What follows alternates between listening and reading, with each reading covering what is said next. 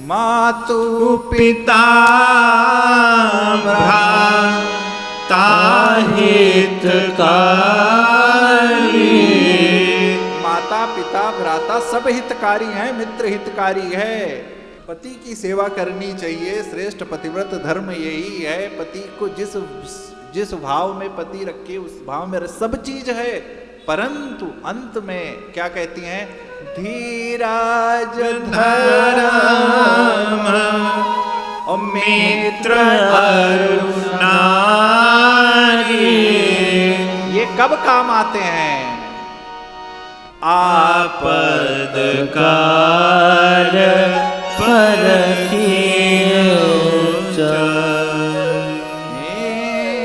धीराज धर्म मित्र अरुणारी और आपद काल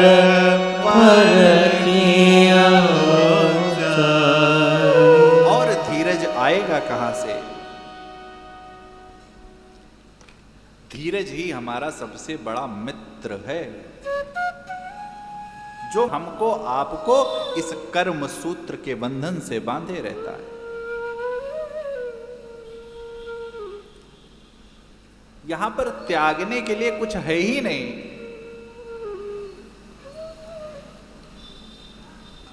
कर्म सूत्र ही श्रेष्ठ सिद्धांत है और इसी कर्म सूत्र से पूरा संसार बंधा हुआ है। यहां पर एक क्षण भी बिना कर्म किए कोई नहीं रह सकता। परंतु क्या है? कर्तव्य कर्म। प्रकृति का पेड़ जल ये क्या है?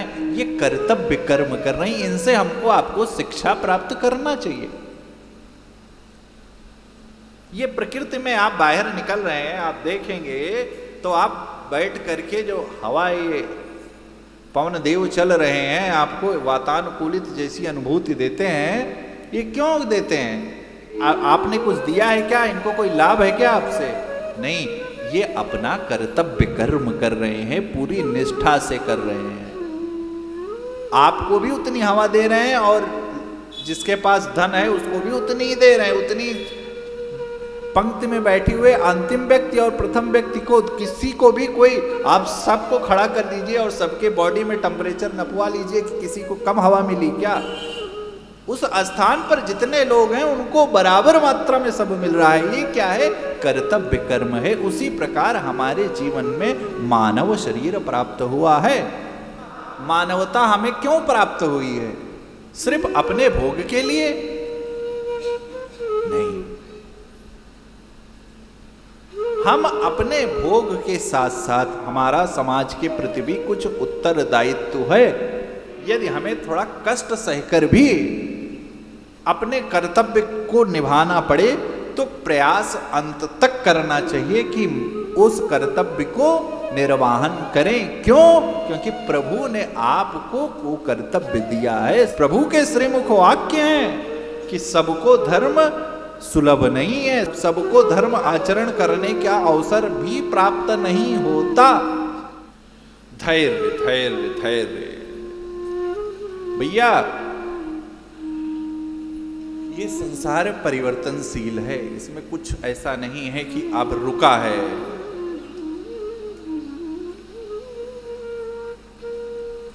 बस हमें आपको अपने उद्देश्य और उन उद्देश्यों को पूर्ति करने के लिए सही जगह और सही लोगों से संपर्क करना पड़ेगा। जैसे आप कोई कर्म करते हैं तो क्या करते हैं? जैसे आप घर बनाए तो क्या करते हैं? आप सही स्रोत की जगह पे जाते हैं। आप पहले आर्किटेक्ट के पास जाते हैं, फिर ईंटें अनेक जो भी है, परंतु क्या सही स्रोत के पास जाते हैं। ईंटे वाले से कहें कि नक्शा बना दे तो नहीं चल पाएगा। उसके लिए आप विवेकवान आप बैठ करके विचार करते हैं कि कहां से क्या प्राप्त होगा। उसी प्रकार ये जीवन है, आध्यात्मिक जीवन है। आप अपने जीवन को, युवान भाई बहन, आप अपने कोई श्रेष्ठ लक्ष्य को यदि प्राप्त करना चाहते हैं तो आपको you have to search your right source. आपको सही जगह पर जाना पड़ेगा, सही स्रोत पर जाना पड़ेगा। आज हम अपने जीवन के उद्देश्यों से परिचित इसलिए नहीं हो पा रहे हैं, क्यों?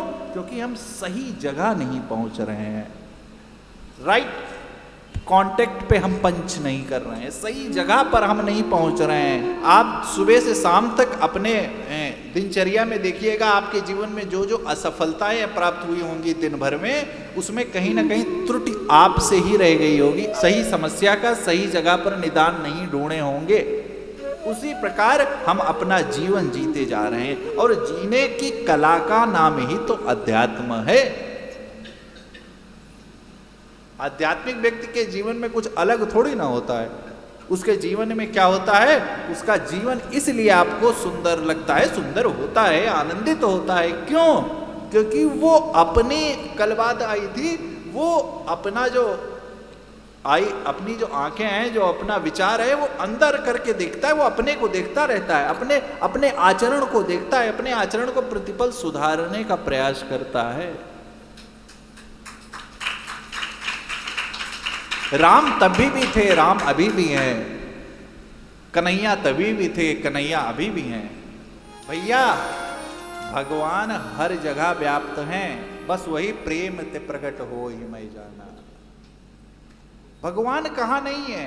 जैसे पृथ्वी सूर्य के सामने जिस जिस स्थान पर पड़ती है वहां पर दिन होता है, और ठीक उसी समय जब पृथ्वी चूंकि घूमती रहती है, जहां जहां पर सूर्य के सामने नहीं रहती वो अंधकार हो जाता है। उसी प्रकार हम अपनी भावना के अनुसार भगवान का दर्शन कर पाते हैं। भगवान तो हरिव्यापक सर्वत्र समाना, सर्वत्र हैं, सर्वव्यापी हैं, सर्व जगह हैं। बस हमें अपनी क्या करना है, हमें अपनी जिज्ञासा को बढ़ाना है, हमें अपने आत्मविश्वास को बढ़ाना है, हमें अपनी श्रद्धा को बढ़ाना है। क्यों? क्योंकि श्रद्धावान लभते ज्ञानम। भैया ज्ञान भी यद्यपि ये है, सबसे बड़ा दान ज्ञान का ही है, फिर अन्न का है, फिर वस्त्र का है। विद्या धनम सर्वधनम प्रदानम, सबसे बड़ा दान ज्ञान का है।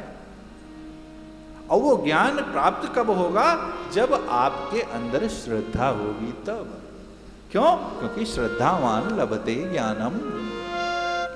इसलिए भैया आपको सत्संग में आना, इसलिए आपको अपने बड़ों के वचनों में श्रद्धा और विश्वास रखनी है। क्यों? क्योंकि बिना उसके आपका विवेक जगने वाला नहीं है। देखिए विवेक पर इतना बल क्यों दिया जाता है, आपने कभी विचार किया क्या? कब और क्यों, क्या, कैसे, कितना, कब, क्यों, क्या, कैसे, कितना, ये जितने शब्द का संचालन है ना, ये विवेक से होता है। कब बोलना है, क्या बोलना है, कब करना है, क्या करना है, कितना करना है, क्यों करना है, क्यों नहीं करना है, ये क्या है? इसका संचालन विवेक से होता है। और इस संसार सागर में आपको गुण और दोष का यदि विभाजन करना है तो आपको विवेकवान होना पड़ेगा। जिसके पास विवेक नहीं है, यदि हंस के पास क्या है, नीर और क्षीर को अलग करने का विवेक सिर्फ हंस के पास है। हंस क्या करता है? गुण को ले लेता है, दोष को छोड़ देता है। उसी प्रकार जो विवेकी जीव है, जो धैर्यवान जीव है, जो भक्तवान जीव है, जो धर्मवान जीव है, वो क्या करता है? इस संसार में तो सब है, परंतु इस संसार से वो गुण ले लेता है और दोष को छोड़ देता है। भैया ये अस विवेक जब दे विधाता। कैसा विवेक? जब आपको गुण और दोष को अंतर अलग करने की क्षमता देते हैं, तब तजी दोष गुण ही मनोरथ कलहु कराही भल पाए सुसंग मिटई न मलिन स्वभाव असंग। खल भी सत्संग पाकर के कुछ देर के लिए तो विवेकवान होते हैं, परंतु जब तक उनका स्वभाव नहीं परिवर्तित होगा, और स्वभाव परिवर्तन के लिए कुछ क्षण नहीं, निरंतर सत्संग में रहना पड़ेगा, निरंतर विवेकवान व्यक्ति का साथ करना पड़ेगा, निरंतर श्रेष्ठ का संग करना पड़ेगा, निरंतर अपने माँ पिता के चरण कमलों को छूना पड़ेगा। क्योंकि प्रातःकाल उठे करे रघुनाथ मातु पिता गुरु नावहि माथा। तभी तो कहते हैं जाकर नाम जटायु जी स्मरत मुख आवा, जाकर नाम मरत मुख आवा, अधमहु मुकुत होहि श्रुति गावा, अधमहु मुकुत होहि श्रुति गावा। यही तो श्रेष्ठ राम कथा है, यही तो श्रेष्ठ राम कथा है। राम कथा आपके घर तक पहुंचनी चाहिए, और जब आपके घर तक राम कथा पहुंच जाएगी तो क्या होगा, आपको कर्तव्य कर्म का ज्ञान हो जाएगा। और जब तक आपको कर्तव्य कर्म का ज्ञान नहीं होगा, तब तक आप कथा कितनी भी सुनो कराओ, उससे कोई। और जिस दिन आपको कर्तव्य कर्म का ज्ञान हो जाएगा, आपकी यात्रा मानव से महामानव की ओर चल पड़ेगी। और इस जीवन का परम लाभ तभी है जब हमारी यात्रा महामानव की ओर चली जाए। कर्तव्य कर्म की गहराई को ही तो समझाते हैं अर्जुन को भगवान। गीता जी के 18 अध्याय भगवान ने सिर्फ और सिर्फ अर्जुन को कर्तव्य कर्म के ज्ञान में ही लगा दिया। पूरा की पूरी गीता प्रकट हो गई। कहां प्रकट हो गई? धर्म युद्ध में। युद्ध क्या है? उस समय युद्ध धर्म था, आज हमारा कर्म ही धर्म है। हमें अपने कर्म को ही सुधारना है, यही श्रेष्ठ कर्तव्य कर्म। जनक जी का क्या था? कर्तव्य कर्म ही तो था, कल चर्चा किया था। जनक जी क्या हुए? कर्तव्य। हनुमान जी क्या हुए? कर्तव्य कर्म ही तो जान गए थे। हनुमान जी को अपने कर्तव्य का, अरे उनको भी जनाने के लिए क्या करना पड़ा? फिर जगाना पड़ा। किसी श्रेष्ठ ने जगाया? किसने जगाया? आप लोग कौन सुंदर कांड पढ़ता है? वाह, जामवंत जी। और कहते क्या है सब करने के बाद?